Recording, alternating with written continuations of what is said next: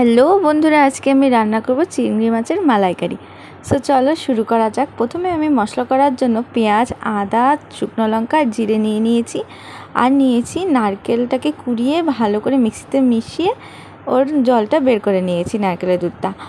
আর নিয়েছি চিংড়ি মাছগুলো ভালো করে পরিষ্কার করে কেটে কুটে নিয়েছি। এবার লবণ হলুদ মাখিয়ে নেব। মাখিয়ে কিছু সময়ের জন্য আমি রেখে দেব। আমার মাখানো হয়ে গেছে, এবার আমি রেখে দিচ্ছি।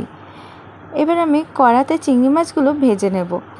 তাই কড়াটা গরম হওয়ার পর তেলের মধ্যে আমি পরপরভাবে সুন্দরভাবে দিয়ে দিচ্ছি, একসাথেই দিয়ে দিচ্ছি। ভালোভাবে ভেজে নেব, একটু লালচে লালচে ভাব করে নেব। আর বন্ধুরা, ভিডিওটি দেখতে দেখতে আমার ভিডিওটা যদি ভালো লাগে তাহলে প্লিজ একটা লাইক কমেন্ট করে যেও। এইভাবে নাড়াচাড়া করে একটু লালচে লালচে ভাবটা যেহেতু চলে এসেছে, এবার আমি চিংড়ি মাছগুলো তুলে রেখে দেব। এবার এই তেলের মধ্যেই আমি সামান্য জিরে ফোড়ন দিয়ে দিচ্ছি। আর দেব 2-3টে তেজপাতা, আমি চিড়ে দিয়েছি। তেজপাতা যত বেশি দেওয়া হয় তত নাকি টেস্ট ভালো লাগে। আর দিয়ে দিয়েছি গরম মশলা গোটা, লবঙ্গ আর এলাচ পরিমাণ মতো। আর যে মশলা করেছিলাম সেই মশলাগুলো আমি দিয়ে দিচ্ছি। এবার ভালো করে নাড়াচাড়া করে নেব আর হালকা আঁচে রাখবো, কারণ বেশি আঁচ দিলে মশলাগুলো পুড়ে যাওয়ার সম্ভাবনা থাকে আর একটু তিক্ত তিক্ত ভাব চলে আসে।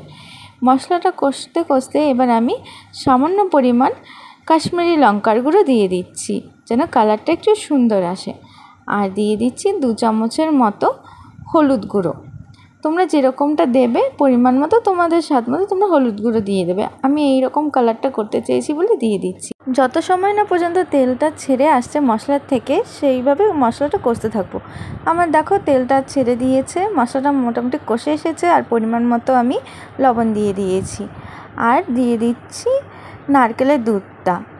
এবার ভালোভাবে কষিয়ে নেব আর একটু মাখো মাখো করে নেব, যেহেতু মালাইকারি একটু মাখো মাখো না হলে ভালো লাগে না। এবার কিছু সময় রেখে দিচ্ছি ফুটে আসার জন্য। আমার তরকারিটা ফুটে এসেছে। এবার আমি চিংড়ি মাছগুলো পরপর সুন্দরভাবে দিয়ে দিচ্ছি।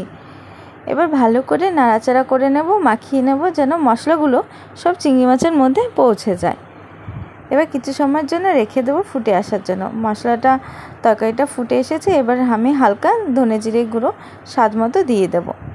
আমি সবসময় একটু জিরে গুঁড়োটাই বেশি ইউজ করি, এটা খেতেও ভালো হয় আর স্বাস্থ্যের পক্ষেও ভালো।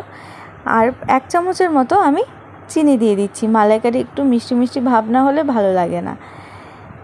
আর দিয়ে দিচ্ছি গরম মশলা গুঁড়ো। যেহেতু আমার রান্নাটা প্রায় হয়ে এসেছে, গরম মশলা গুঁড়োটা লাস্টের দিকে দিলেই ভালো লাগে টেস্টটা। রান্নাটা হয়ে এসেছে, দেখো মাখো মাখো হয়ে গেছে, কি সুন্দর লাগছে দেখতে। ভালো লাগলে বন্ধুরা একটা লাইক কমেন্ট দিয়ে আমার সাথে থেকো।